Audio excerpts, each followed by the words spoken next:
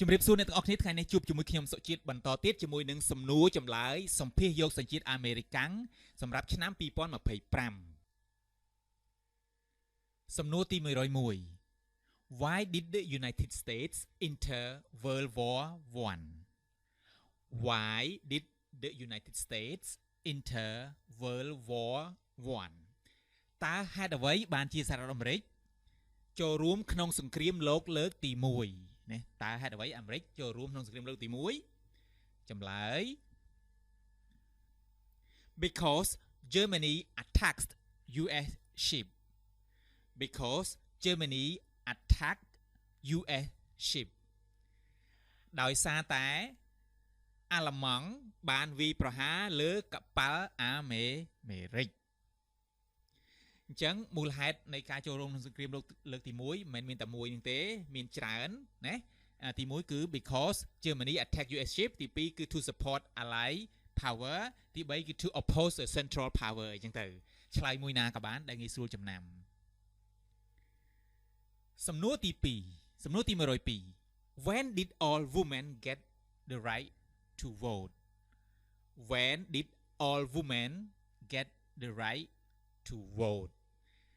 តើពេលណាដែលស្ត្រីទាំងអស់ទទួលបានសិទ្ធិបោះឆ្នោតតើស្ត្រីទាំងអស់ទទួលបានសិទ្ធិបោះឆ្នោតនៅពេលណាគឺសម្ដៅស្ត្រីទាំងអស់នៅលើសហរដ្ឋអាមេរិកណាចម្លើយ After World War I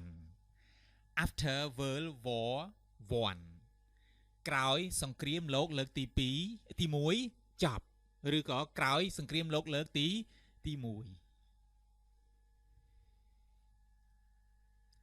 ចឹងចម្លើយយើងអាចឆ្លើយថាឆ្នាំ1920ក៏បានណា1920ក៏បាន After World War I ក៏បាន with the 19th Amendment ក៏បាន What was the Great Depression What was the Great Depression អញ្ចឹងតើអ្វីទៅជាវិបត្តិសេដ្ឋកិច្ចដ៏ធ្ងន់ធ្ងរតើអ្វីទៅជាវិបត្តិសេដ្ឋកិច្ចដ៏ធំដ៏មហិមាអញ្ចឹងទៅណាចម្លើយ Longest economic recession in modern history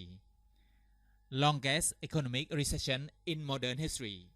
អញ្ចឹងវិបត្តិសេដ្ឋកិច្ចណាវិបត្តិសេដ្ឋកិច្ចដ៏ក្នុងប្រវត្តិសាស្ត្រសម័យទំនើបណាវិបត្តិសេដ្ឋកិច្ចដ៏វែងធំបំផុតនៅក្នុងប្រវត្តិសាស្ត្រក្នុងសម័យទំនើប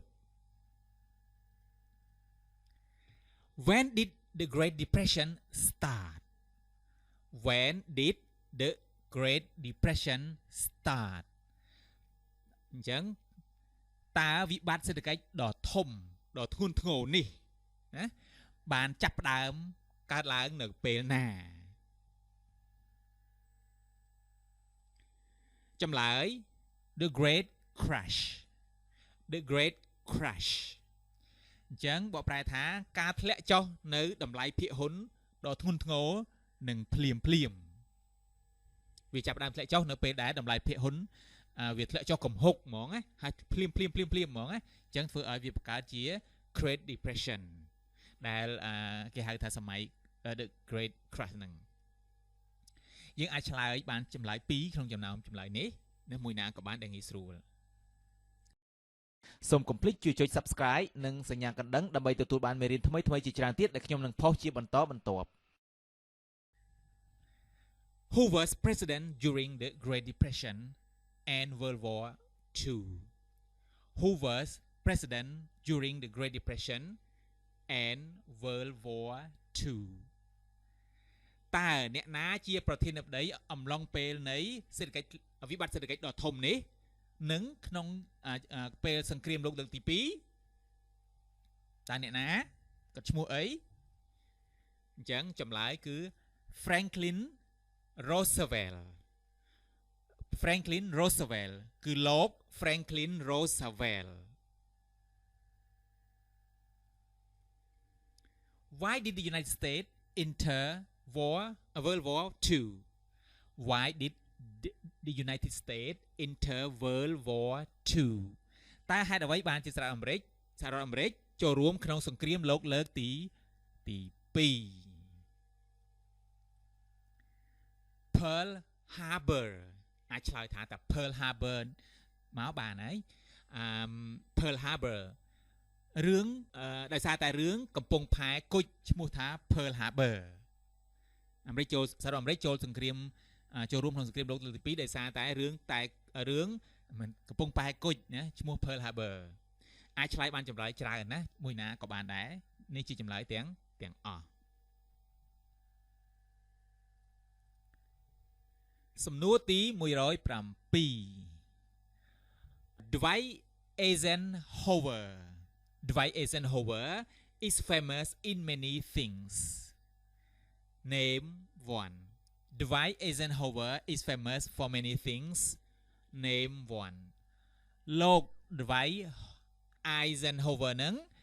មានភាពល្បីល្បាញដោយសាររឿងជាច្រើនគាត់ល្បីច្រើនមុខណាស់សូមប្រាប់ចំណុចមួយឬក៏រឿងមួយនៃភាពល្បីល្បាញរបស់គាត់អញ្ចឹង General during World War II អញ្ចឹងលោក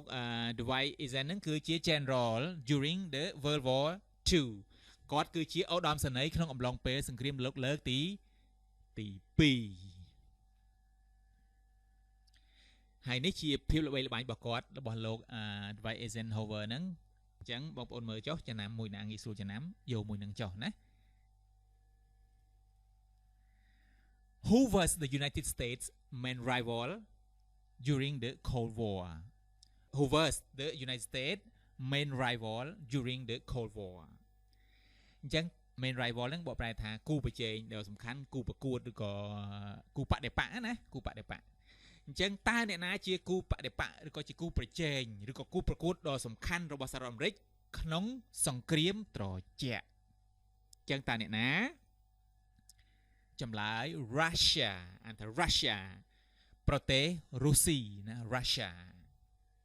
យើងអាចថា Russia ក៏បាន Soviet Union ក៏បាន USSR ក៏បានមួយណាក៏បានដែលងាយស្រួលចំណាំចាស់អាចនឹងចូលចិត្ត USSR ព្រោះកាលពីមុនខ្ញុំអានអត្ថបទឃើញ USSR រហូត During the Cold War what was one main concern of the United States During the Cold War what was one main concern of the United States ក្នុងអំឡុងសង្គ្រាមត្រជាក់តើអ្វីជាកង្វល់ចម្បង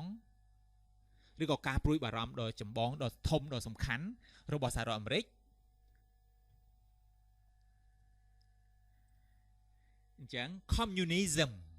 communism គឺរបបកុម្មុយនីស